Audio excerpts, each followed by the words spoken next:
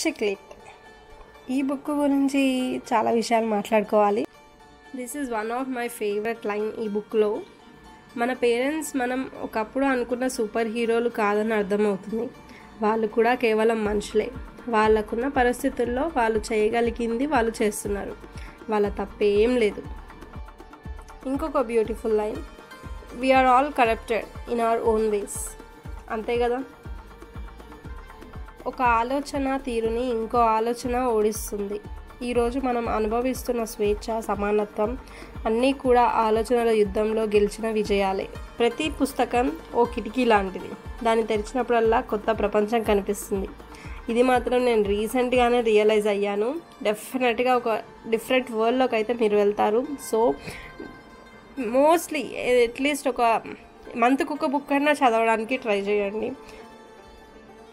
ఇవి ఈ పుస్తకంలోని కొన్ని నాకు నచ్చిన లైన్స్ అని చెప్పొచ్చు.